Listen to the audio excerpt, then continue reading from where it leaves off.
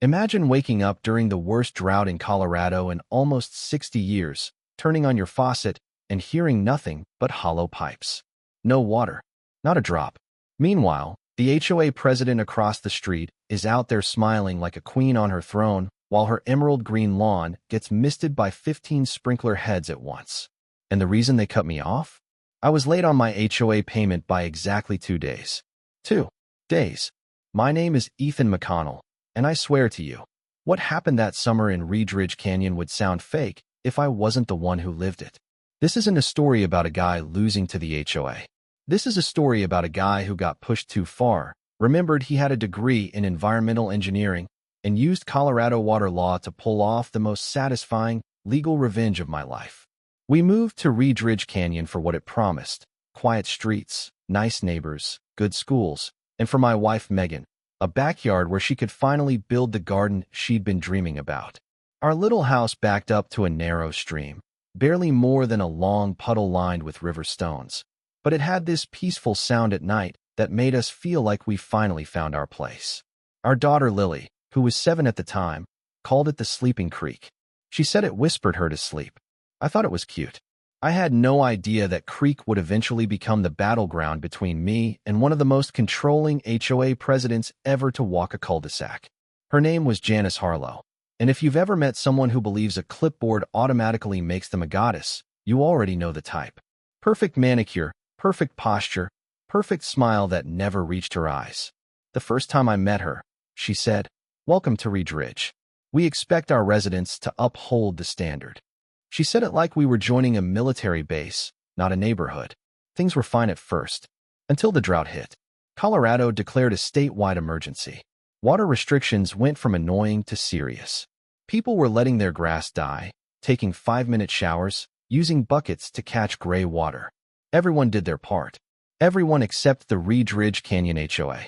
Every morning at 5 a.m., the sprinklers in the common areas kicked on.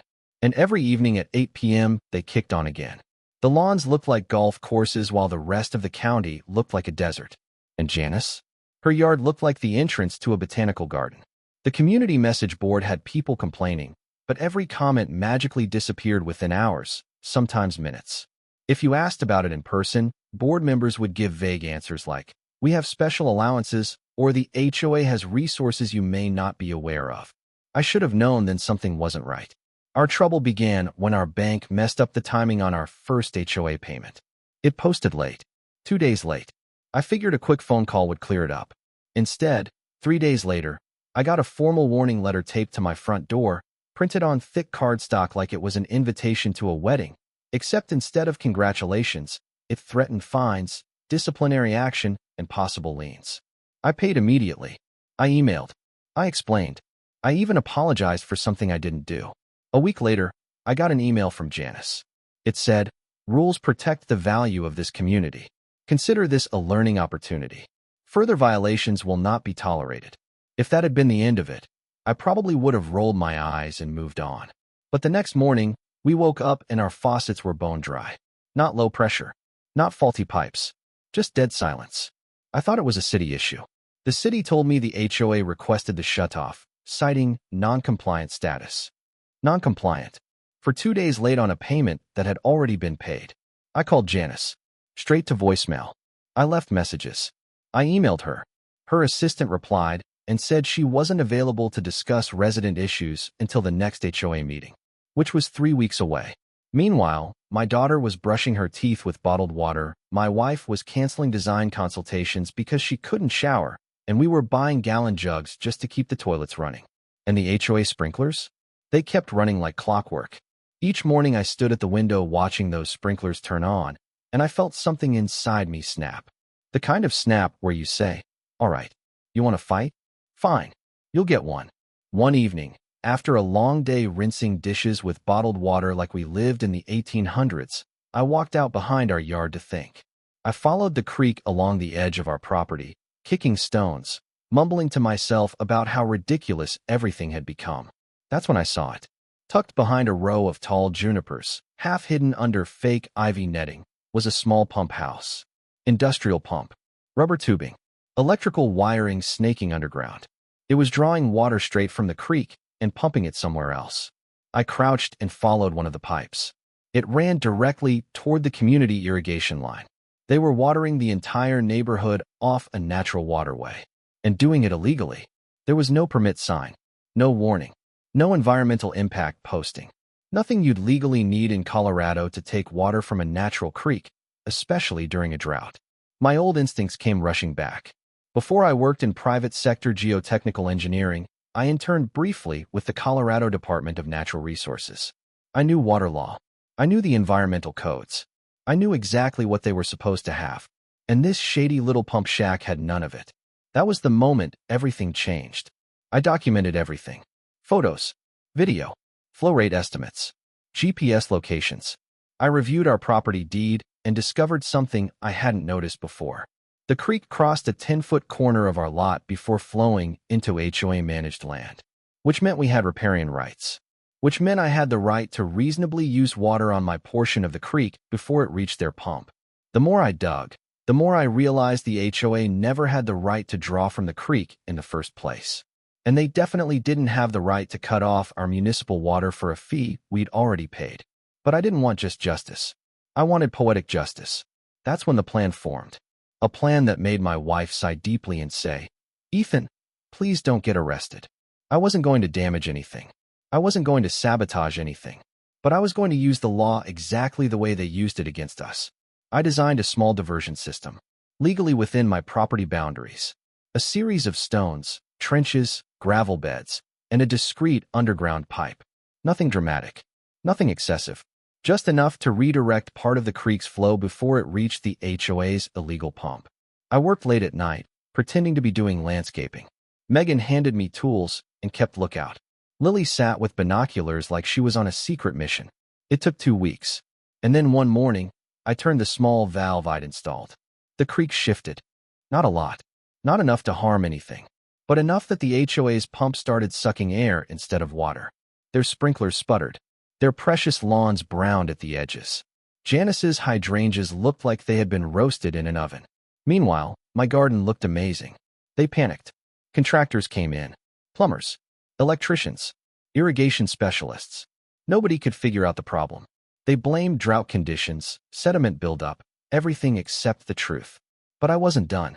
I quietly gathered neighbors who'd also been targeted. One guy who got fined because his mailbox was apparently too rustic. A widow who'd been written up for having the wrong shade of beige on her shutters. A veteran who'd been threatened for having a small flag display. Together, we prepared. The next HOA meeting was packed. People were angry. Gardens dying. Playfields dried up. Community property turning brown. Janice stood at the front, flustered, clutching papers like a preacher trying to calm a mob. "We are experiencing an unexpected water shortage," she said. Rosa, the widow with the shutter violation, shot back. "Funny. My water works fine at home. Just not your sprinklers." Murmurs. Janice inhaled sharply. "The HOA irrigation system has suffered mechanical failures that will require a temporary special assessment of $250 per household." That was my cue. I stood up.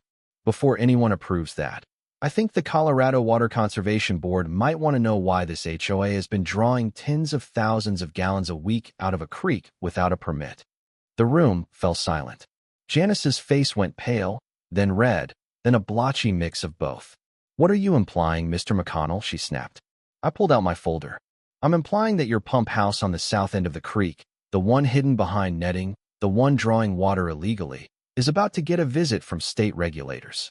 With photographs, measurements, flow data, and the signatures of 16 residents who witnessed suspicious activity." Gasps. Whispers. Someone muttered, "I knew it." Janice pointed at me. You sabotaged the creek." "I know you did. You're the reason our water system is failing." I smiled. "Actually, I documented the creek's flow perfectly, and I'm fully within my riparian rights to use water on my portion of the land. If the creek suddenly doesn't reach your illegal pump, well, that sounds like nature running its course." People laughed. Out loud. I'd never heard that room laugh before. Janice tried again. "You think anyone will believe you?" "Oh, they already do," I said. "In fact, the Denver Herald will be running a story tomorrow. They love the part where you cut off my family's water for a payment we already made." A board member whispered something to Janice. Her jaw tightened. Her hands shook. 24 hours later, state inspectors arrived. 48 hours later, a cease and desist order shut the pump down permanently. 1 week later, Janice resigned. A month later, the new board voted unanimously to ban water shutoffs as a disciplinary action and switch the entire community to drought-resistant landscaping. They even asked me to chair the new Water Stewardship Committee. But life rarely ends neatly. A few neighbors praised me. Others whispered that I went too far. Some thought the HOA deserved everything it got. Others worried I opened the door for residents to challenge authority whenever they felt wronged. And sometimes, late at night, I do wonder, if I hadn't redirected the creek, would any of this change have happened? Or did I just replace one kind of power abuse with another? That's the part people argue about the most. So I'll throw the question to you. Was I right to use the law to shut down an HOA that abused its power? Or did I cross a line by taking matters into my own hands, even if it was legal? Tell me in the comments. I genuinely want to hear where you stand on this. And if you've ever dealt with an HOA nightmare, I want to hear that too. Like the video, subscribe for more real stories, and I'll see you in the next one.